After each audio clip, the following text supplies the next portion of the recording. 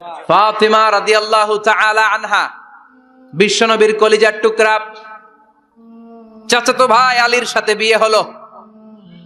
আলী যখন প্রস্তাব দিল ফাতেমার কাছে যে বলে, ও ফাতেমা রাজি আছো কিনা? চুপচাপ, কথা কয় না। বিশ্বনবী বুঝলেন রাজি, দুইজনকে বিয়ে পড়িয়ে দিলেন।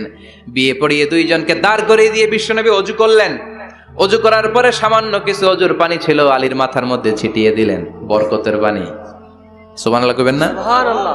ওযু করে সাইয়েদনা আলীর মাথার মধ্যে ছিটিয়ে দিলেন আর দোয়া করে দিলেন, বারাকাল্লাহু লাকুমা ওয়া বারাকা আলাইকুমা ওয়া জামাআ বাইনাকুমা ফি খাইর। আল্লাহ তোমাদের দুইজনকে বরকত দিয়ে দাম্পত্য জীবন শুরু করার তৌফিক দান করুক। আবার দোয়া করলেন, আল্লাহুম্মা বারিক লাহুমা ফি বিনাইহিমা, ওদের সম্পর্কে বরকত দেন। ওয়া নাসালিহিমা শিবলিহিমা, ওদের গর্ভে যে সন্তান আসবে এগুলোর শ্রেষ্ঠ সন্তান বানান। 1 বছরের ব্যবধানে ঘরটাকে আলোকিত করে প্রথম সন্তানের জন্ম হাসান। সুবহানাল্লাহ।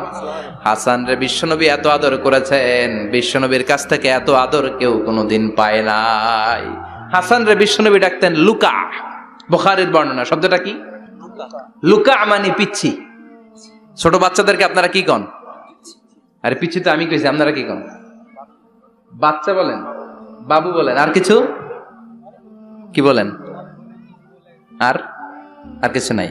তাহলে এই যে বাবু পিচ্ছি, হ্যাঁ, এই বাবু পিচ্ছি আরবি হচ্ছে লুকা। বিশ্বনবী ফাতেমার ঘরে এসে বলতেন, আইনা লুকা, পিচ্ছিটা কই রে? আমার হাসান কই, আমার নানা ভাই কই? আর বিশ্বনবীর আওয়াজ শুনলে হাসান এসে বিশ্বনবীর কাঁধে। আল্লাহু আকবার, আল্লাহু আকবার। বিশ্বনবী বলতেন, ফাতেমা আমার কলিজার টুকরা, যে ফাতেমারে কষ্ট দেয় সে আমারে কষ্ট দেয়, ফাতেমারে আনন্দ দেয় মানে আমি বিশ্বনবীরে আনন্দ দেয়। এই ফাতেমা সব সময় পর্দায় থাকতেন, দিনের বেলা বেরোতেন না, সারা দিনে টয়লেট করতেন একবার, সেটাও করতেন রাত্রে, যাতে দিনের বেলা কেউ তারে না দেখে। কি ব্যালেন্স লাইফ, কি ব্যালেন্স লাইফ! রাতে একবার টয়লেটে যাও মানে কি সারাদিন খাওয়া দাওয়া এরকম ব্যালেন্স করে করতেন। কেউ দেখতে পারে নাই ওনারে, কেমন ছিল কেউই জানতো না। এমন ভাবে চলাফেরা করতো, কোনো পুরুষদের সামনে দিয়ে কখনো যেতেন না। এজন্য ইন্তেকালের আগে আলীকে বললেন, আলী, বিশ্বনবীর ওসিয়ত অনুযায়ী কিছুদিন পরে আমি আমার বাবার সাথে সাক্ষাৎ করব। ইন্তেকালের সময় বেশি লোক আমার জানাজাতে আসার দরকার নাই, নিজেরা দোয়া করে দিলে চলবে। আর আমার জানাজার খাটিয়ার উপর দিয়ে বিশাল একটা বোরকা দিয়ে দিও। এটার আরবিতে বলে নাউশ। কি বলে? এই প্রথম কোন নারী তার খাটিয়ার উপরে নাউশ ব্যবহার করেছে, জন্য এটাকে বলে সুন্নাতু ফাতিমা, ফাতেমার সুন্নাত।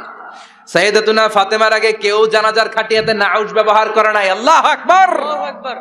আলীকে বলে গেলেন, আলী, অল্প কয়েকজন পুরুষ নিয়ে জানাজা দিও, বেশি মানুষের কাছে আমার নিও না।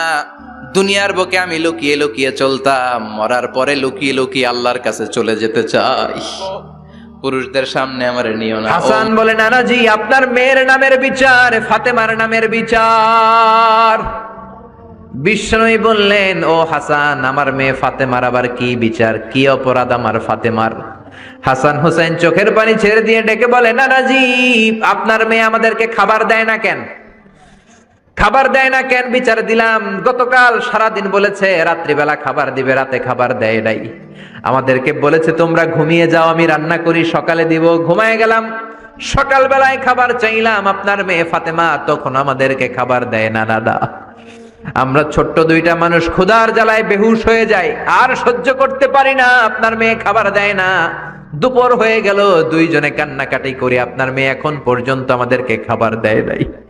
আমরা দুজন তো আর সহ্য করতে পারি না, কেন আপনার মেয়ে আমাদের সাথে এমন করে? আপনার কাছে বিচার দিলাম, আপনি বিচার করেন। বিশ্বনবী আর কি বিচার করবেন? ধা ধা করে বিশ্বনবী চোখের পানিগুলো ছাড়েন, হুসাইনকে জড়িয়ে ধরলেন, হাসান রে জড়িয়ে ধরলেন, ডেকে বললেন, হাসান রে কাছে আয়। বিশ্বনবী শাম দেশের জুব্বা পরতেন, শাম দেশের জুব্বাটা উপরের দিকে উঠালেন, হাসান রে দেখালেন, এই তো দেখ, তোর নানার পেটের মধ্যে 3টা পাথর বাঁধা। একদিন না খেয়ে থাকার কারণে তোদের পেটে এত জ্বালা, এত কষ্ট। আমি বিশ্বনবীর পেটে গত 3 দিন যাবত কোনো দানা পানি পড়ে নাই। আমি বিশ্বনবী তো না খেয়ে আছি রে হাসান, আমি তো 3 দিন না খেয়ে আছি, আমার পেটেও তো কিছু নাই। নানাও কাঁদলেন, নাতিও কাঁদলেন, পুরো পৃথিবীও কাঁদলো, ঠিক কি না? ওই কঠিন ক্ষুধার দিন, ওই কঠিন দুর্ভিক্ষের দিন বিশ্ব নবী যদি তার স্পেশাল দোয়াটা করতেন, জান্নাত থেকে জিব্রাইলকে দিয়ে খাবারের বস্তা পাঠিয়ে দিত কে? ওই দিনও বিশ্ব নবী দোয়াটা করে নাই। আমার জন্য, আপনার জন্য, আমাদের জন্য দোয়াটা এখনো আসরাডাই। কি দিল দরিয়া নবী ছিল, নিজের বিপদের কথা ভুলে গিয়ে, নাতির বিপদের কথা ভুলে গিয়ে, ফ্যামিলির কথা ভুলে গিয়ে উম্মতের জন্য কেঁদেছে, ঠিক কিনা? গোটা বিশ্বের জন্য শিক্ষা এনেছে, সভ্যতা এনেছে, আমাদেরকে ভদ্রতা শিখিয়েছে। আর ওই নবীরে গালি দেয় এরকম কিছু ব্লগার বাংলার জমিনে আছে না নাই? তারা মানুষ নাকি শয়তান? এগুলো পিতৃ পরিচয়হীন জারদ সন্তান, জোরে বলেন ঠিক কিনা? দুই জায়গায় কেউ যদি আমাদেরকে ইনসাল্ট করে আমরা সহ্য করতে পারি না। এক হচ্ছে কোরআন, কোরআনকে নিয়ে গালি দিলে আমাদের কলিজায় আগুন আছে না নাই? বিশ্ব নবীরে গালি দিলে কলিজায় আগুন ধরে যায়। যদি না ধরে যায় তুমি মুমিন নও, তুমি মুনাফিক। চিল্লা এখন ঠিক কিনা? আসল মানুষের বড় অভাব, অন্যের দুঃখে কাঁদবে, অন্যের জ্বালা নিজের অন্তরেও জ্বালার সৃষ্টি করবে, সেই মানুষ আর নাই, ঠিক কিনা? বিশ্ব নবীর আগের গুনাহও নাই, পরের গুনাহও নাই, তারপরেও মুনাজাতে হাউমাউ করে কাঁদতেন। তিনি দোয়ায় বলতেন, আল্লাহ ইন্নী আব্দু কবনু আব্দি কবনু আমাতিক নাসিয়াতি বিয়াদিক। ও আল্লাহ, আমি আপনার গোলাম, গোলামের ঘরের গোলাম, বান্দির ঘরের গোলাম। আল্লাহ আমি আপনার গোলাম, গোলামের ঘরের গোলাম, মানে আমার বাপ আব্দুল্লাহ আপনার গোলাম, আমরা গোলাম বংশের। সুবহানাল্লাহ। গোটা বিশ্বের শ্রেষ্ঠ মানুষটা নিজের গোলাম বলতে দ্বিধাবোধ করতো না, বলতো আমি আপনার গোলাম, গোলামের ঘরের গোলাম, বান্দির ঘরের গোলাম, নাসিয়াতি বিয়াদিক। আমার মাথার চুলের ঝুঁটি আপনার হাতের মুঠোয়, আমার চুলের ঝুঁটি আপনার হাতের মুঠোয়, গোলামের মতো যেখানেই টানবেন আমি ওখানেই যাব। আল্লাহু আকবার। এই ছিল বিশ্বনবীর বিনয়। নিজেকে গোলাম বলতে স্বাচ্ছন্দ্য বোধ করতেন, কোনোদিন জীবনে অহংকার করেন নাই। কোনদিন বিশ্বনবী কারো সাথে মুসাফা করতে যে নিজে আগে হাত টানেন নাই, যতক্ষণ না ওই লোকটা তার হাত টেনে নিয়েছে। সুবহানাল্লাহ। আর বিশ্বনবীর হাত ছিল আলিয়ানু মিনাদ দিবাজ, রেশমের কাপড়ের চেয়েও নরম। সিল্ক চিনেন? সিল্ক, সিল্কের কাপড়ের চেয়ে বিশ্বনবীর হাত ছিল নরম। এই নরম হাত মুসাফার মধ্যে যে একবার পাইতো কেউ ছাড়তে চাইতো না, ধরেই রাখতো। আর বিশ্বনবী নরম হৃদয়ের নবী, কেউ যদি না ছাড়ে বিশ্বনবীও ছাড়তেন না। সুবহানাল্লাহ। ওই নবী মুনাজাতে কাঁদতেন। এজন্য ভাইরা এই কথা বললেন না আল্লাহ আমার দোয়া শোনে না, আপনি দোয়ার মতো দোয়া করেন নাই, এজন্য শোনে নাই, ঠিক কি না? দোয়া কবুল হওয়ার রহস্য হচ্ছে চোখের পানি। বিশ্বনবী বললেন, দুইটা চোখের পানি আল্লাহর কাছে সব চাইতে সেরা। এক হলো জিহাদের ময়দানে রক্তের ফোঁটা, দ্বিতীয় হলো আল্লাহর ভয়ে মোনাজাতের মধ্যে চোখ থেকে বেয়ে বেয়ে পড়া পানির ফোঁটা। আবার বিশ্বনবী বললেন, অনুশোচনার চোখের পানি চোখ দিয়ে নাকের ডগা বেয়ে বেয়ে জমিনে পড়ার আগে ওই দোয়াটা কবুল করে নেয় কে? এজন্য চাওয়ার সময় নিজের ছোট করেন, বলবেন আল্লাহ আমি আপনার গোলাম, গোলামের ঘরের গোলাম, বান্দির ঘরের গোলাম, আমার চাইতে ক্ষুদ্র ছোট কেউ নাই, এমন কোন গুনাহ নাই আমি করি নাই, তুমি ছাড়া আমারে পার করার কেউ নাই, ঠিক কিনা? এরকম দোয়ার মধ্যে নিজেরে ছোট করে দেন, আপনার দোয়া কবুল করবে কে? এজন্য সব সময় চাইবে একজনের কাছে, তিনি কে? একদল আছে বা এক শ্রেণীর লোক আছে, রোগে যখন পড়ে তখন আল্লাহরে ডাকে, রোগ ভালো হয়ে যায় আল্লাহরে ভুলে যায়, আছে না নাই? নির্বাচনের আগে আল্লাহরে ডাকে, নির্বাচন শেষ আল্লাহরে ভুলে যায়, আছে না নাই? সমস্যায় পড়েছে আল্লাহরে ডাকে, সমস্যা নাই আল্লাহরে ভুলে যায়, আছে না নাই? রব্বুল আলামিন বলেন স্পেশাল কিছু সময় আছে, ওই সময় দোয়া করলে দোয়া কবুল করে নেয় কে? তাহাজ্জুদের সময় দোয়া করবেন। ওয়া মিনাল লাইলি ফাতাহাজ্জাদ বিহি নাফিলাতান লাকা আসা আন ইয়াবআসাকা রাব্বুকা মাকামাম মাহমুদা। তাহাজ্জুদের নামাজ পড়লে আপনার মর্যাদা বাড়ায় দিবে কে? আল্লাহ। এখন হুজুর আমরা তো ফজরই পড়ি না, তাহাজ্জুদ কখন পড়মু? তাহাজ্জুদ তো তাদের যারা ফজর পড়ে, ঠিক কি না? ফজরই তো পড়ে না, তাহাজ্জুদ কখন? ফজরের সময় মসজিদের বেহাল দশা। ফজরের সময় যত মসজিদে নামাজ পড়লাম খালি মুরব্বী চাচাদেরকে পাওয়া যায়, ইয়াং ছেলেরা নাই। ফজরের নামাজ মুরব্বীদের জন্য নয়, ফজরের নামাজ তোমাদের মতো ইয়াংস্টার যারা আছো তাদের জন্য, ঠিক কি না? এই যৌবন বয়সের ইবাদত আল্লাহর কাছে সবচাইতে প্রিয়। খেয়াল করে বোঝার চেষ্টা করো, যুবক বয়সে যদি গভর্নমেন্ট সার্ভিস করো, বার্ধক্যে উপনীত হলে পেনশন আছে না নাই?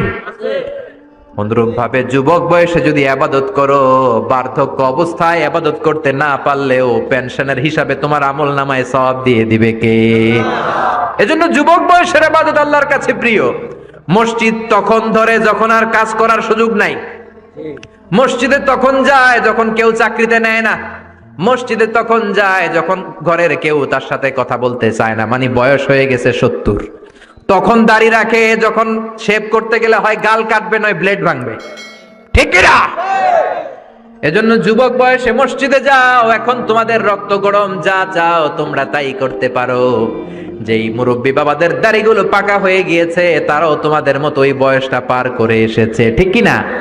দুদিনের দুনিয়া, অল্প কয়েকটা বছরের ব্যবধানেই তোমার চুল পাকতে শুরু করবে, তোমার এই রক্ত গরম শরীরটাও ঠান্ডা হয়ে যাবে, তোমার আশেপাশে আর কেউ ঘুরবে না, কেউ তোমারে ডাকবে না, কেউ তোমারে গুনবে না। চিল্লায় বলেন ঠিক কি না? এজন্য কিয়ামতের দিন বিশ্বনবী বলেন, বনি আদম 5টা প্রশ্নের উত্তর না দিয়ে কেউ পা নাড়াতে পারবে না। এর মধ্যে একটা প্রশ্ন হলো, যৌবন বয়সটা তুমি কেমন কাজে লাগিয়েছো? যৌবন বয়সে কি ইসলামের পক্ষে স্লোগান দিয়েছো নাকি রাম আর বামপন্থীদের দলে গিয়েছো, ঠিক কি না? যৌবন বয়সে কি তাফসির মাহফিলে গিয়েছো নাকি মমতাজের গানের কনসার্টে গিয়েছো?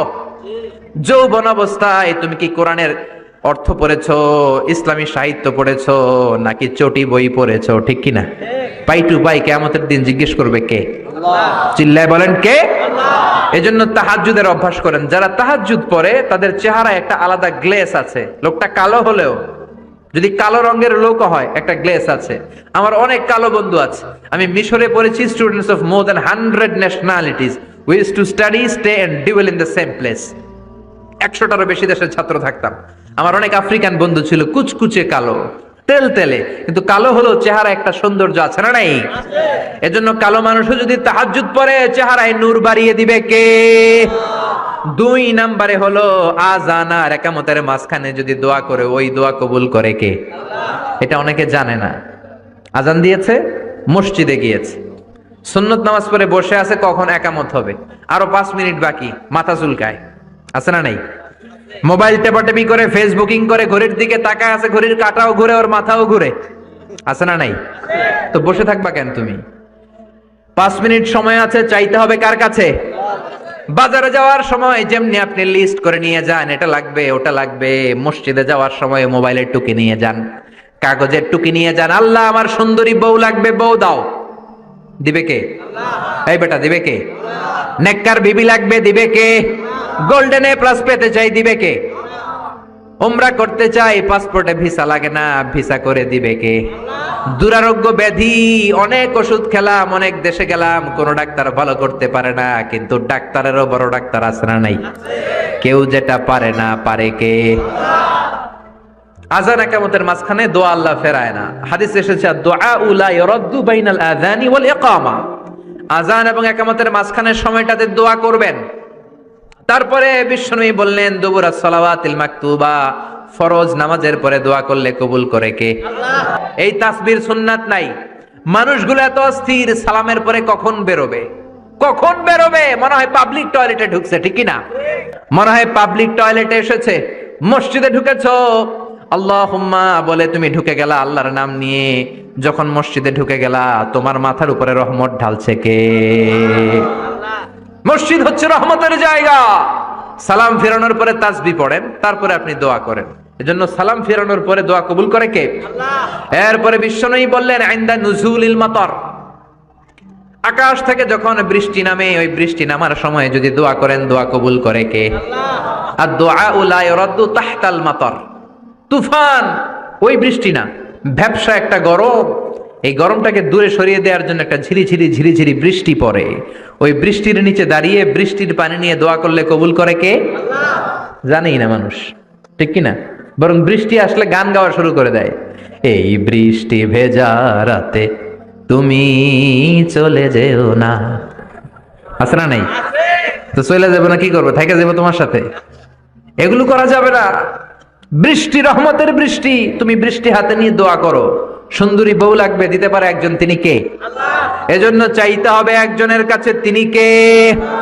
কদরের রাতে দোয়া করলে আল্লাহ কবুল করে, খতমে কোরআনের পরে দোয়া করলে আল্লাহ কবুল করে, হজের মানাসিকুল হজের মধ্যে যে দোয়া করলে কবুল করে, মুসাফির দোয়া করলে কবুল করে, রোজাদার ব্যক্তি দোয়া করলে আল্লাহ কবুল করে, মাজলুম ব্যক্তি দোয়া করলেও আল্লাহ কবুল করে।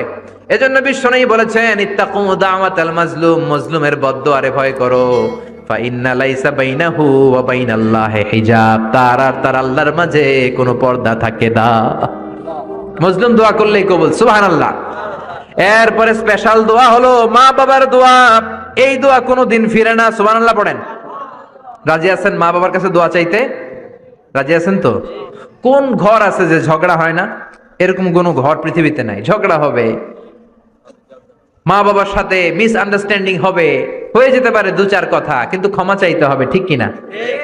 মা বাবার শুধু দোয়াটাই কবুল নয়, মা বাবার দোয়াও কবুল, বদদোয়াও কবুল। কি আজীব তামাশা! এমন যদি হয়তো দোয়াটা কবুল হয় কিন্তু বদদোয়াটা কবুল হয় না, তাহলে তো বাইসা যেতাম, ঠিক কিনা? কিন্তু দোয়াও কবুল, বদদোয়া। আমাদের সবচাইতে বড় পীর হবে আমার বাবা, সবচাইতে বড় পীর হলো আমার মা। সবচাইতে বেশি আমরা যার কাছে দোয়া চাইতে যাব তিনি হলেন আমার বাবা, তিনি আমার মা। চিল্লায় বলেন ঠিক কিনা? বিশ্বনবী মক্কা থেকে মদিনায় হিজরতের আগে মদিনায় দুইটা গোত্র ছিল। এই গোত্রের মধ্যে 120 বছর ধরে মারামারি। কয় বছর? 120। কেউ এই মারামারিটা বন্ধ করতে পারে না। গোত্র দুইটার নাম হচ্ছে আউস আর খাজরাজ। আউস খাজরাজের মারামারি। বাবা মরে যাওয়ার সময় ছেলেরা ওসিয়ত করা যায়, নসিহত করা যায়, বাবারে আমারে কোপাইছে তুইও কোপাবি। ওই বলে আবার নাতিরে কয় আমারে মারছে তুইও মারবি। তো বংশ পরিক্রমায় মারামারি চলতেই থাকে, কেউ আর থামাইতে পারে না। বিশ্বনবী মক্কা থেকে মদিনায় হিজরত করতে এসে মদিনায় বাসাবাড়ি করে 7 দিনের মাথায় 120 বছরের মারামারি থামায় দিলেন। কি নবী ছিল! মিলায় দিতেন। ফাসলিহু বাইনা আখাওয়াইকুম, ভাইয়ে ভাইয়ে মারামারি লাগলে মিলায়ে দাও। স্বামী স্ত্রীর ঝগড়া হলে মিলায়ে দিবেন। এজন্য মায়েরা, বোনেরা, বিশ্বনবী বলেছেন তাকফুরনাল আশিরা, মেয়েদের সবচেয়ে বড় একটা সমস্যা হচ্ছে স্বামীর নাশুকরি করে। স্বামী দিতে পারলে ভালো, দিতে না পারলে কয় তুমি আমার জীবনে কিচ্ছু দাও নাই। এরকম আছে না নাই? স্বামী আর স্ত্রী বানায় যেজন মিস্ত্রি সে বড় আজব কারিগর, ঠিক কিনা? এজন্য এই সম্পর্কটা সাইয়েদানা আদম আর হাওয়া থেকে শুরু হয়েছে। কিয়ামত পর্যন্ত স্বামী আর স্ত্রীর এই সম্পর্কের মাধ্যমে গোটা বিশ্বটারে জারি রেখে দিয়েছে কে? তো এই জন্য নারীদের জন্য জান্নাতে যাওয়া সহজ, তারা যদি কিছু প্রসিডিউর মেনটেন করে। বিশ্বনবী বললেন কোন নারী যদি 4টা কাজ করে ওই নারীর জন্য 8টা জান্নাতের দরজা খুলে দিবে কে? আল মারআতু ইযা সাল্লাত খামসাহা সামাত শাহরাহা আতাআত বা'লাহা হাফিজাত ফুরুজাহা ফালতাদখুল মিন আইয়ি আবওয়াবিল জান্নাতি শাআত। মায়েরা ভালো করে শুনেন, যে নারী 5 ওয়াক্ত সালাত পড়বে, রমাদানের রোজা রাখবে, স্বামীর আনুগত্য করবে, লজ্জাস্থানের হেফাজত করবে, এই 4টা কাজ করলে আল্লাহ তাআলা তার জন্য 8টা জান্নাতের দরজা খুলে দিবেন। এজন্য বিশ্বনবীও কালেকশন করতেন। তো বিশ্বনবী বললেন মহিলারা বেশি বেশি দান করো। এই কথা শোনার পরে মহিলারা দান করা শুরু করলো। কেউ নাকের ফুল, কেউ কানের দুল, কেউ হাতের বালা, কেউ পায়ের নুপুর, কেউ গলার চেইন বিশ্বনবীর হাতে জিহাদের জন্য দান করতে শুরু করলেন। বিশ্বনবীর হাত কয়টা? একটা বলে দুইটা। তো 2 হাতে বিশ্বনবী আর কয়টা নেবেন? আর নিতে পারে না। বেলালরে বললেন বেলাল তোমার চাদরটা নিয়ে আস। বেলাল এরকম চাদর নিয়ে ধরলেন। বিশ্বনবী কালেকশনের ওয়াজ শুরু করলেন আর বেলাল কালেকশনের সব জিনিসপত্র গুছাতে লাগলো। কোন সুবহানাল্লাহ। এজন্য কালেকশন করাটাও সুন্নাত, তবে ওটা একটা লিমিটেশনের মধ্যে, একটা সৌন্দর্যের মধ্য দিয়ে। কিছু কিছু মাদ্রাসার ছেলে মেয়েদেরকে চাল ওঠানোর জন্য বাড়ি বাড়ি পাঠায়, আসে না নাই? এদের ছোটবেলা থেকে মানসিকতাগুলো নষ্ট করে দেওয়া হয়। কেমন করে অন্যের কাছে হাত পাতবে এটা শেখানো হয়। ইসলাম বলে আল ইয়াদুল উলিয়া খায়রুম মিনাল ইয়াদিস সুফলা, উপরের হাত নিচের হাতের চেয়ে উত্তম। যে দেয় আর যে নেয় তাদের মধ্যে সেরা যে দেয়। চিল্লায় কোন ঠিক কিনা? আবার ইসলাম বলে দেওয়ার সময়ও ভারসাম্য করে দিবা। দেওয়ার সময় কিপটামি করা যাবে না, আবার ঘরে যা আছে সবও দিয়ে দেওয়া যাবে না, ঠিক কিনা? বিশ্বনবীর গায়ে একবার একটা জুব্বা, কয়টা? এক ভিক্ষুক এসে বলে নবী আমার জুব্বা নাই, আমার জুব্বা দেন। দয়ার নবী, মায়ের নবী নিজের জুব্বাটা খুলে দিয়ে ওই ভিক্ষুকের হাতে তুলে দিলেন। এখন নবীর গায়ে কোনো জুব্বা নাই। বিশ্বনবী এখন ঘর থেকে বেরোতে পারে না। সাহাবারা এসে ঘরে নক করে, বিশ্বনবী বেরোতে পারে না। আল্লাহ আয়াত নাজিল করলেন ওয়াল্লাযীনা ইযা আনফাকু লাম ইউসরিফু ওয়া লাম ইয়াকতুরু ওয়া কানা বাইনা যালিকা কওয়ামা। মুমিন বান্দাদের গুণাবলী যখন দান করে কিপটামি করবে না, আবার অপচয়ও করবে না। এই আয়াত দিয়ে আল্লাহ বুঝাতে চাইলেন, নবীরে ধমক দিলেন, ও নবী 2টা জামা থাকলে একটা দিতেন, 3টা থাকলে একটা দিতেন, একটা যখন ছিল এইটা দিলেন কেন? এখন নিজে পড়বেন কি? সুবহানাল্লাহ কইবেন না? ইসলাম তো ব্যালেন্সড রে ভাই, ইসলাম ভারসাম্যপূর্ণ। ইসলামের সব বিধানগুলো আপনার সাথে স্যুট করবে, ম্যাচ করবে, এটা জীবন ঘনিষ্ঠ। ইসলামে এমন কোনো বিধান দেয়া হয় নাই যেটা আপনার খারাপ লাগবে। অন্যান্য সব ধর্মের প্রতি শ্রদ্ধা রেখেই বলি, আমার ইসলাম যে আহকাম আমাদেরকে দিয়েছে এরকম বিধান কোনো ধর্মের ভেতরে নাই। চিল্লা এখন ঠিক কিনা? এরপরে কোরআন পাহাড়ের ব্যাপারে বলেছে ওয়াজআলনাল জিবালা আওতাদা, আমি পাহাড়গুলোরে পেরেকের মতো জমিনে ঢুকিয়ে দিয়েছি। সুবহানাল্লাহ। তাহলে পাহাড়কে আল্লাহ তাআলা পেরেকের সাথে তুলনা করলেন। কিসের সাথে? পেরেক চিনেন? সবাই চিনেন? মাতোয়াইলে আছে পেরেক? কি করে পেরেক দিয়ে? কাঠের ভিতরে ঠুকে না, দেয়ালে ঠুকে। তাহলে আল্লাহ পাহাড়গুলোরে বললেন পেরেক। আচ্ছা, পেরেক যখন আমরা কাঠের ভিতরে ঢুকাই, পুরো পেরেকটা কাঠের ভিতরে ঢুকে যায়, উপরে শুধু কি থাকে? মাথাটা থাকে, ঠিক কিনা? তার মানে আমরা যে পাহাড় দেখতে পাচ্ছি এটা পাহাড়ের মাথা। পুরো পেরেক যেমনি কাঠের ভিতরে, পুরো পাহাড়টা আছে মাটির ভিতরে। চিল্লায় পড়ি আল্লাহু আকবার। জমিনে আমরা দৃশ্যমান এই পৃথিবীতে খালি চোখে যে পাহাড় দেখতে পাই, এটা আসল পাহাড় না, এটা পাহাড়ের মাথা। যেমনি পেরেক যখন কাঠের ভিতরে ঢুকে দেই, পুরো পেরেকটা কাঠের ভিতরে ঢুকে যায় কি যায় না? পেরেক নিয়ে যখন আমি হাতুড়ি দিয়ে মারলাম, পুরো পেরেকটা কই যায়? কাঠের ভিতরে, তাই না? তার মানে খালি চোখে যে পাহাড় দেখি, এটা পেরেকের মাথা যেমনি একটু দেখা যায়, এটা পাহাড়ের মাথা। আসল পাহাড় মাটির ভেতরে, উপরে যদ্দূর দেখা যায় তার কমসে কম 10 গুণ পাহাড় মাটির ভিতরে রেখে দিয়েছে কে? আবার আল্লাহ বললেন ওয়ামিনাল জিবালি জুদাদুম বীদুন ওয়া হুমরুম মুখতালিফুন আলওয়ানুহা ওয়া গরাবিবু সুদ। পাহাড়ের মধ্যে কোন পাহাড় আমি বানিয়েছি ধবধবে শুভ্র সাদা, কোন পাহাড় আমি বানিয়েছি রক্তিম লাল, কোন পাহাড় আমি বানিয়েছি কুচকুচে কালো। 3 কালারের পাহাড়। কয় কালারের? মৌলিকভাবে ধবধবে শুভ্র সাদা পাহাড়, অথবা রক্তিম লাল পাহাড়, অথবা কুচকুচে কালো পাহাড়। আপনি পৃথিবীর পাহাড়গুলো নিয়ে যদি গবেষণা করেন, বিভিন্ন রঙের পাহাড় আপনি দেখবেন। আমি তো পৃথিবীর অনেক জায়গায় পাহাড় দেখেছি। মিশরে আমি তুর পাহাড়ের চূড়ায় উঠেছি। ওখানে যেখানে মুসা আলাইহিস সালামের কাছে আল্লাহ নূরের তাজাল্লি দিয়ে ফোকাস করেছেন, পাহাড়টার নাম তুর পাহাড়। 2 বার আমি উঠেছি এটার চূড়ায়। উঠতে আমার অনেক কষ্ট হয়েছে। ওখানে উঠে ফজরের সালাত পড়ে আমি খেয়াল করে দেখলাম তুর পাহাড়ের আশেপাশের পাহাড়গুলো কোনোটা খয়েরি, কোনোটা কালো, কোনোটা লাল, কোনোটা ধূসর। আল্লাহু আকবার। এক এক পাহাড়কে এক এক রং দিয়ে তৈরি করলো কে? পৃথিবীতে চায়না নামে একটা দেশ আছে না? চায়না একটা শহর আছে গানজু। কি নাম? আজকে যে গুগল করবা, the গানজু city located in China.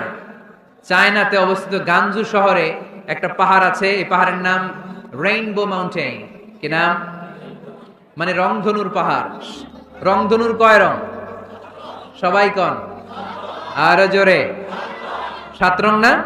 আমরা ছোটবেলায় মুখস্থ করতাম বেনিয়া সহকলা, বেনিয়া সহকলা। এই 7 রঙের পাহাড় ওখানে দেখা যায়। এক জায়গায় 7 রঙের পাহাড়। সুবহানাল্লাহ কইতে পারলেন না? মজা করে বানালো কে? সুনানে তিরমিজি আর মুস্তাদরাকে হাকিম, মুসনাদে আহমদ ইবনে হাম্বলের হাদিস। আল্লাহ যখন পৃথিবী বানালেন, এই পৃথিবীটা ঘোরার পাশাপাশি কাঁপাকাঁপি শুরু করে দিল। এই পৃথিবীর কাঁপাকাঁপি বন্ধ করার জন্য রব্বুল আলামিন পৃথিবীর মধ্যে পাহাড় গেড়ে দিলে। 7টা tectonic plate, 7 tectonic plates creates the mountain range on earth. 7টা টেকটনিক প্লেট আল্লাহ দিলেন। পৃথিবী সৃষ্টি করার পরে পৃথিবী কাঁপে। আল্লাহ পাথর দিয়ে পেরেক মারলেন, পৃথিবী আর কাঁপে না। সুবহানাল্লাহ কর। ফেরেশতারা দেখে তো অবাক। ফেরেশতারা বলে আল্লাহ পাহাড়ের এত শক্তি, পাহাড় গেড়ে দিলেন পৃথিবীতে আর পৃথিবী কাঁপে না। হাল মিন খালকিকা আশাদ্দু মিনাল জিবাল। আল্লাহ আপনার সৃষ্টির মধ্যে পাহাড়ের চেয়েও শক্তিশালী কি কিছু আছে? আল্লাহ বললেন নাআম, আছে। আল হাদিদ, লোহা। লোহা পাহাড়ের চেয়েও শক্তিশালী, কারণ লোহা পাহাড়ে মারলে পাহাড় ভেঙে যায়, ঠিক কিনা? ফেরেশতারা আরো অবাক, লোহা এত শক্তিশালী।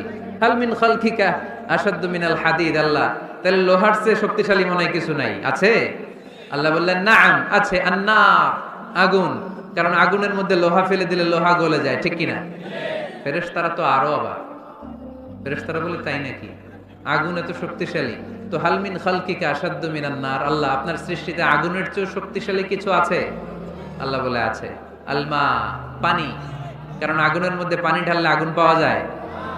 ফেরেশতারা তো এবার আরো অবাক, পানি এত শক্তিশালী, ওই পানি গট গট গট গট করে আমরা খাই। নবী আমার যেটা খেতে বলেছেন এটা খেলে আমাদেরকে সুস্বাস্থ্য দান করবে কে?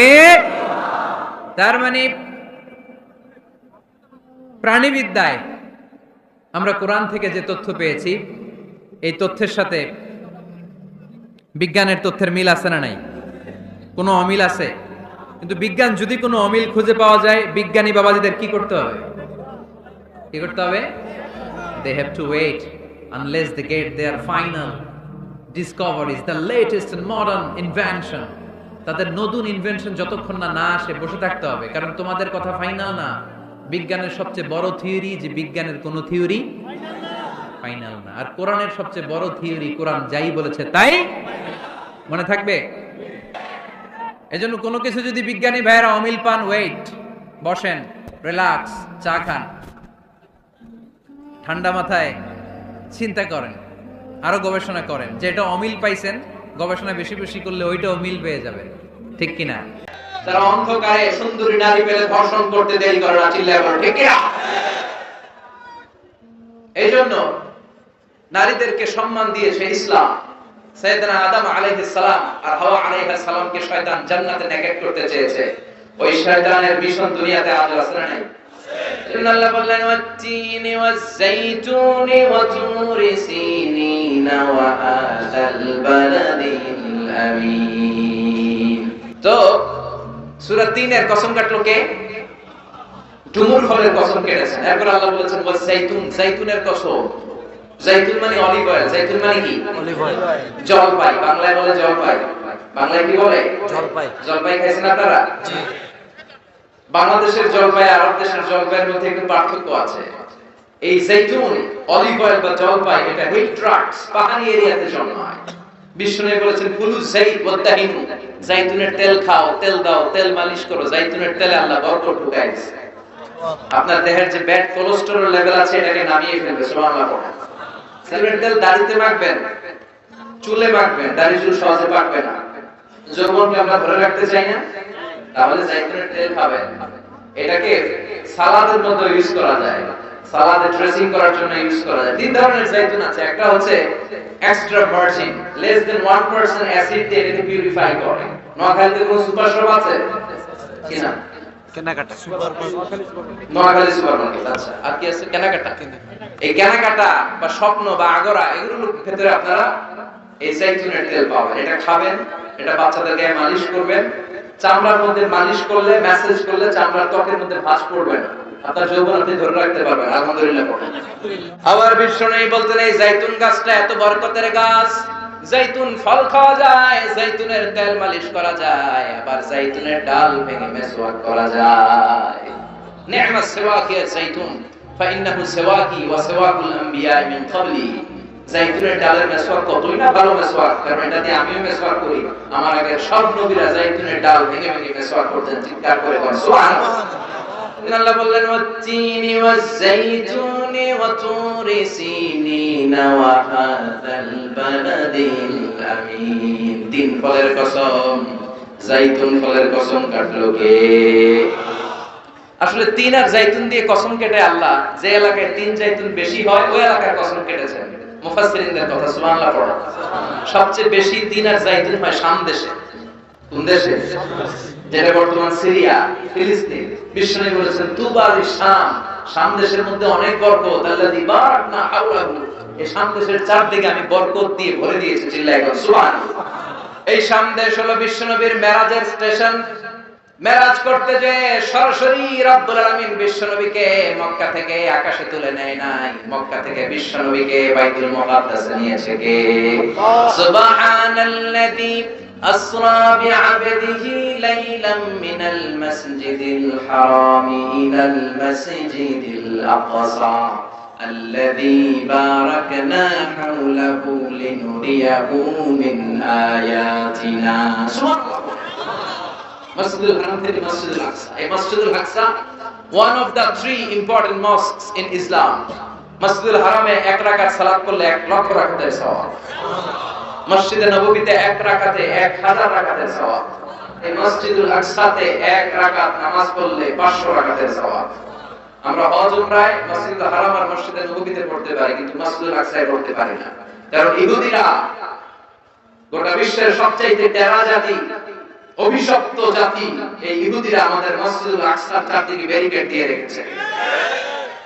এই ইহুদিদের সাথে মুসলমানদের কোনো সম্পর্ক, এজন্য প্রতিদিন নামাজে আমরা বলি গায়রিল মাগদুবি আলাইহিম, আল্লাহ যাদের উপর আপনার রাগ, আপনার ক্রোধ, তাদের সাথে আমাদের কোনো সম্পর্ক নাই। তারা নিজেদের 70,000 নবীকে জবাই করেছে। তারা আমার নবীকে বিষ মাখানো খাবার দিয়ে হত্যার ষড়যন্ত্র করেছে এবং আমার নবীর লাশ চুরি করার জন্য ষড়যন্ত্র করেছে। ইন্তেকালের পরে বিশ্ব নবীর শান্তি দেয় নাই। গোটা বিশ্বে এইচআইভি ভাইরাসের ছড়াছড়ি ঘটিয়েছে ইহুদি অভিশপ্ত লানতের জাতিরা। বিশ্বে বিমান ছিনতাই কাকে বলে কেউ জানতো না। প্রথম বিমান ছিনতাই করেছে ইহুদিরা। ইহুদিরা গোটা বিশ্বব্যাপী সুদের কারবার শুরু করেছে। এজন্য ইহুদিদের সাথে আমাদের কোনো সম্পর্ক। এই মসজিদুল আকসা আমাদের দ্বিতীয় কিবলা। মক্কা থেকে মদিনায় হিজরতে যে বিশ্বনবী মসজিদুল আকসার দিকে হয়ে 16 মাস কিংবা 17 মাস নামাজ পড়েছে। আব্দুল মাহশার ওয়াল মানশার, কিয়ামতের ময়দানটা সহিহ হাদিসে এসেছে এই ফিলিস্তিনের এই শাম দেশে সিরিয়ার উপরে হবে। চিল্লায় সুবহানাল্লাহ। সিরিয়া ফিলিস্তিনের উপরে কিয়ামত হবে, কিয়ামতের ময়দান প্রতিষ্ঠিত হবে। সাইয়েদনা ঈসা আলাইহিস সালাম এই সিরিয়াতে নামবেন। সিরিয়া উমাইয়াদের একটা জামে মসজিদ আছে, সাদা মিনার, এখনো মসজিদটা আছে। সুবহানাল্লাহ পড়েন। ওই মসজিদের সাদা মিনারের পাশে আসর আর মাগরিব নামাজের মাঝখান দিয়ে ঈসা আলাইহিস সালাম দুইটা চাদর পরে ফেরেশতার পাখায় ভর করে শাঁ করে জমিনে নেমে আসবে। এবং ফিলিস্তিনে এখনো একটা জায়গা আছে, জায়গাটার নাম হচ্ছে বাবুল লুদ। ওই জায়গায় সাইয়েদনা ঈসা আলাইহিস সালাম নিজ হাতে দাজ্জালকে হত্যা করবে। এজন্য আল্লাহ বললেন এই তিন আর জাইতুনের কসমের মধ্য দিয়ে মূলত আমি বরকতের জায়গা ফিলিস্তিনের কসম কেটেছি। সুবহানাল্লাহ। এরপরে আল্লাহ বললেন ওয়াতুরে সিনিন, তুরে সিনিনের কসম, তুর পাহাড়ের কসম। নাম শুনছেন না? মিশরের দুইটা জেলা আছে, সাউথ সাইনা, নর্থ সাইনা, মানে উত্তর সাইনা, দক্ষিণ সাইনা। এই দক্ষিণ সাইনাতে এই তুর পাহাড় অবস্থিত 2285 মিটার উঁচু। সুবহানাল্লাহ পড়েন। তুর পাহাড়ের উপরে সাইয়েদনা মুসা আলাইহিস সালাম আল্লাহর সাথে কথা বলতেন। সুবহানাল্লাহ পড়বেন না? এই তুর পাহাড়ের উপরে রব্বুল আলামিন মুসা আলাইহিস সালামের কাছে তাওরাত কিতাব নাযিল করেছেন। নিজ হাতে লিখে কাঠের ফলকের মধ্যে মুসা আলাইহিস সালামকে দিয়ে বললেন, মুসা এই নাও তাওরাতের বাণী, বনি ইসরাইলের কাছে নিয়ে যাও, তাওরাতের বাণী প্রচার করো। মুসা আলাইহিস সালাম অনেক শক্তিশালী মানুষ ছিলেন। এক থাপ্পড় মেরে ফেরাউনের বাবুর্চিকে দুনিয়া থেকে বিদায় করে দিয়েছে। রেগে গেলে ওনার মাথার চুলগুলো টুপি ভেদ করে উপর দিয়ে এরকম খাড়া হয়ে দাঁড়িয়ে যেত। থাপ্পড় মেরে মালাকুল মউতের চোখ কানা করে দিয়েছিলেন। তো মুসা আলাইহিস সালামের গায়ে এত শক্তি, উনি ভাবলেন আল্লাহ তাআলা এই তুর পাহাড়ের উপরে আমাকে তাওরাত কিতাব দিলেন। আল্লাহ নিজ হাতে লিখে লিখে দিলেন কাঠের ফলকের উপর, তক্তার উপর। কত খুশনসিব আমার, যাই যাই তাওরাতের ফলকগুলো নিয়ে বাড়িতে যাই, এটা দাওয়াত দিতে হবে। কিন্তু কাঠের তক্তার মধ্যে হাত দিয়ে দেখে তক্তা নাড়ানো যায় না। এর চেয়ে অনেক বড় তক্তা জীবনে উনি কাঁধে নিয়েছেন, কিন্তু তাওরাত লেখা তক্তা নাড়ানো যায় না। তক্তা চিনেন তো না? চিনেন? কাঠের বড় বড় মোটা তক্তা থাকে না? তো এই তক্তা নাড়ানো যায় না। উনি ভাবলেন এই দিক দিয়ে নাড়ানো যায় না, মনে হয় ওই দিক দিয়ে যাবে। ঘুরে ওই দিক দিয়ে যে তক্তা ধরে টান দেয়, কিন্তু তক্তা নাড়ানো যায় না। এবার ভাবলেন মাঝখান থেকে ধরলে মনে হয় পারা যাবে, মাঝখান দিয়েও পারা যায় না। আল্লাহর ডেকে বললেন, আল্লাহ কেমন তক্তার উপরে তাওরাত লিখে দিলা, তক্তা নড়ে না, আমার ভাই জিব্রাইল রে বলো আমারে সাহায্য করতে। আল্লাহ বললেন, জিব্রাইল যাও সাহায্য করো তোমার ভাই মুসারে। সাইয়েদনা মুসা বললেন, ও জিব্রাইল তুমি ওই দিকে ধরো, আমি এই দিকে ধরি, দুইজনে মিলে টান দেই, হেইয়ো, আরো জোরে। আসরা নাই? দুইজনে মিলে হেইয়ো কে টান দিচ্ছে। কিন্তু কি আজীব তামাশা, দুইজনে মিলে টানাটানির পরে তক্তা নড়ে। যত গায়ে জোর আছে ইচ্ছে মতো টান দিচ্ছে। টানের চোটে দেহের প্রতিটা লোমকূপ দিয়ে ঘাম বের হচ্ছে। টানের চোটে কোমরের রগ ছিঁড়ে যাওয়ার অবস্থা, কিন্তু তক্তা নাড়ানো যায় না। সুবহানাল্লাহ। ও আল্লাহ, জিব্রাইল তো পারে না, জিব্রাইলের সহকারী ফেরেশতাদের পাঠাও, সবাই মিলে তক্তা টানাটানি করে, তক্তা নড়ে না। আল্লাহ বললেন, মুসা তক্তার ওজন নাই, কিন্তু এই তক্তার মধ্যে যেই বাণীগুলো লেখা, বাণীটা কার? এটা বোঝানোর জন্য আমি তক্তার ওজন বাড়িয়ে দিয়েছি, এবার তুমি একাই পারবা, কাঁধে নাও, কাঁধে নিয়ে বাড়িতে যাও। এবার মুসা আলাইহিস সালাম একা তক্তাগুলো কাঁধে নিয়ে বাড়িতে রওনা বলে। এই তাওরাত কিতাব আল্লাহ তাআলা তুর পাহাড়ের উপরে নাযিল করেছেন, সুবহানাল্লাহ। মেরাজের রজনীতে বিশ্বনবীকে আকাশ দিয়ে উড়িয়ে তুর পাহাড়ের উপরে রেখে সাইয়েদনা জিবরাইল বললেন, নবী আপনি একটু দোয়া করেন। বিশ্বনবী বললেন, আমাকে দোয়া করতে বললা, এটা কোন জায়গা, কোন পাহাড়? অন্ধকারে কিচ্ছু দেখি না। সাইয়েদনা জিবরাইল বললেন, এটা আপনার ভাই মুসার পাহাড়, এটা হলো তুর পাহাড়। মেরাজের রাতে বিশ্বনবী ওখানে একটা স্টেশন দিয়েছিলেন। আমি নিজেই তুর পাহাড়ে জীবনে 2 বার উঠছি, আলহামদুলিল্লাহ। ওইখানে গেলাম। তুর পাহাড়ের উপরে একটা খ্রিস্টানদের ছোট চার্চ আছে, ইহুদিদের একটা ছোট্ট সিনাগগ আছে। আমাদের যেমনি মসজিদ, ইহুদিদের মসজিদের নাম কি? সিনাগগ। কি নাম? একটা সিনাগগ আছে। আর আমাদের ছোট্ট একটা মসজিদ আছে। ফজরের সালাত পড়লাম, সেখান থেকে নেমে আসলাম। এই তুর পাহাড় এমন একটা জায়গা, ইয়াজুজ মাজুজ এসে যখন পৃথিবীতে ফিতনা ছড়াবে, সাইয়েদনা ঈসা আলাইহিস সালামের নেতৃত্বে দুনিয়ার সব মুসলমানগুলো তুর পাহাড়ের উপরে যে আশ্রয় নেবে, চিল্লায় বলবে সুবহানাল্লাহ। এজন্য আল্লাহ বললেন, ওয়াত-তিনি ওয়াজ-যাইতুনি ওয়া তুরি সিনিনা ওয়া হাদাল বালাদিল আমিন। তার মানে তিন আর জাইতুন দিয়ে আল্লাহ ফিলিস্তিনের কসম কাটলেন, তুর পাহাড়ের মধ্য দিয়ে আল্লাহ মিশরের কসম কাটলেন, আর সর্বশেষে ওয়া হাদাল বালাদিল আমিন, এই নিরাপদ শহরের কসম বলে আল্লাহ মক্কাতুল মুকাররমার কসম কাটলেন। চিৎকার করে বলেন সুবহানাল্লাহ। এই তিনটা দেশে বড় বড় তিনজন নবীকে পাঠিয়েছে কে? ফিলিস্তিন হলো সাইয়েদনা ঈসা নবীর জন্মস্থান, মিশর হলো মুসা নবীর জন্মস্থান, মক্কাতুল মুকাররমায় বিশ্ব নবীর জন্মস্থান। আসরানে অজারা করেছেন, দেখবেন সৌদি গভর্নমেন্ট বিশ্ব নবীর জন্মস্থানটাকে চিহ্নিত করে রেখেছে, একটা লাইব্রেরি, মাকতাবা। ওখানে গেলে ফ্রি বই পাওয়া যায়, বিশ্ব নবীর জন্মস্থান। এর পাশে আবু জাহিলের জন্মস্থান। ওইখানে সৌদি সরকার টয়লেট বানায় রাখছে। বাঙালি হাজিরা জেদ্দা এয়ারপোর্টে নেমেই সবার আগে কয় আবু জাহিলের টয়লেট কই। সবাই বলে, আরে এই না জেদ্দা, 80 কিলো দূরে মক্কা, এরপর আপনি উমরা করবেন, হোটেলে যে বিশ্রাম নেবেন, চুল চেঁচে ফেলবেন, এরপরই না আবু জাহিলের বাড়ি। কয় না, আগে ওর বাড়িতে যাবেন, যাইয়া আইগা ভরে দিয়ে আসুন। বিশ্ব নবীর জন্য মানুষের কত ভালোবাসা, বিশ্ব নবীর জন্য মানুষের কত মায়া, তার বিপরীতে আবু জাহিলের প্রতি ঘৃণা গোটা বিশ্বের মানুষের আছে না নাই? কারণ আবু জাহিল হলো জঙ্গি, বিশ্ব নবী হলো মুজাহিদ। ঠিক কি না? এজন্য বিশ্বনবী বলতেন, মক্কা তো আহাব্বুল বিলাদ ইলাইয়া, মক্কা হলো আমার কাছে সবচাইতে প্রিয় জায়গা। লাউলা খরিজতু লামা খারাজতু, মক্কা থেকে জোর করে যদি আমাকে কুরাইশরা বের করে না দিত, আমি কোনদিন মক্কা ছাড়তাম না। সুবহানাল্লাহ। আল্লাহ বললেন, এটা হচ্ছে মাসাবাতান লিন-নাসি ওয়া আমনা, সব মানুষের মিলন কেন্দ্র।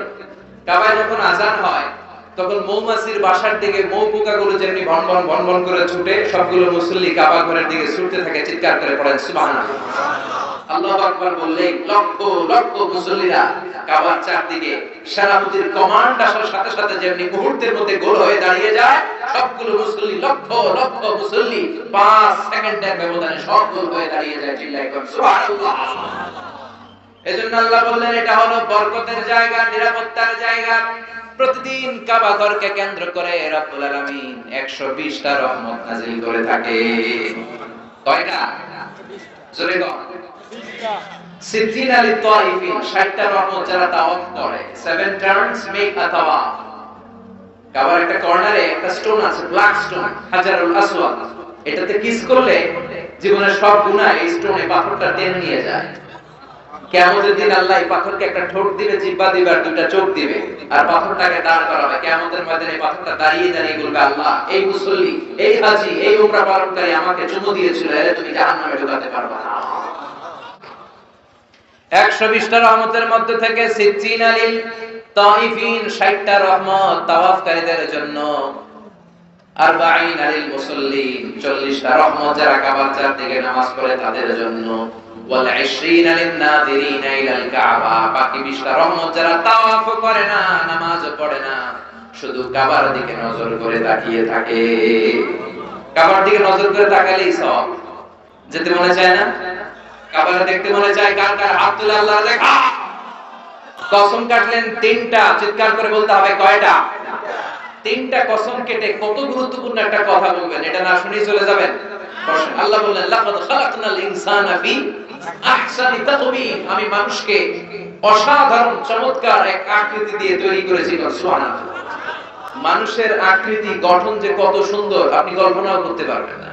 যারা হিউম্যান অ্যানাটমি, প্রাণীবিদ্যা বা মরফোলজি, আকৃতি সংক্রান্ত জীববিদ্যা নিয়ে পড়াশোনা করে তারা বুঝবে মানুষের চেহারার সাথে পৃথিবীর কোন প্রাণীর কোন মিল আছে?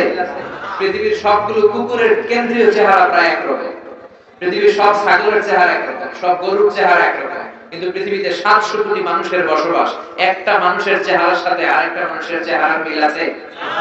আরো কত 700 কোটি পৃথিবীতে ছিল, এখন কবরবাসী। আরো কত 700 কোটি কিয়ামতের আগ পর্যন্ত আসবে। একটা মানুষের চেহারার ব্লুপ্রিন্টের সাথে, ডিজাইনের সাথে পৃথিবীর আরেকটা মানুষের চেহারার কোনো মিল আছে?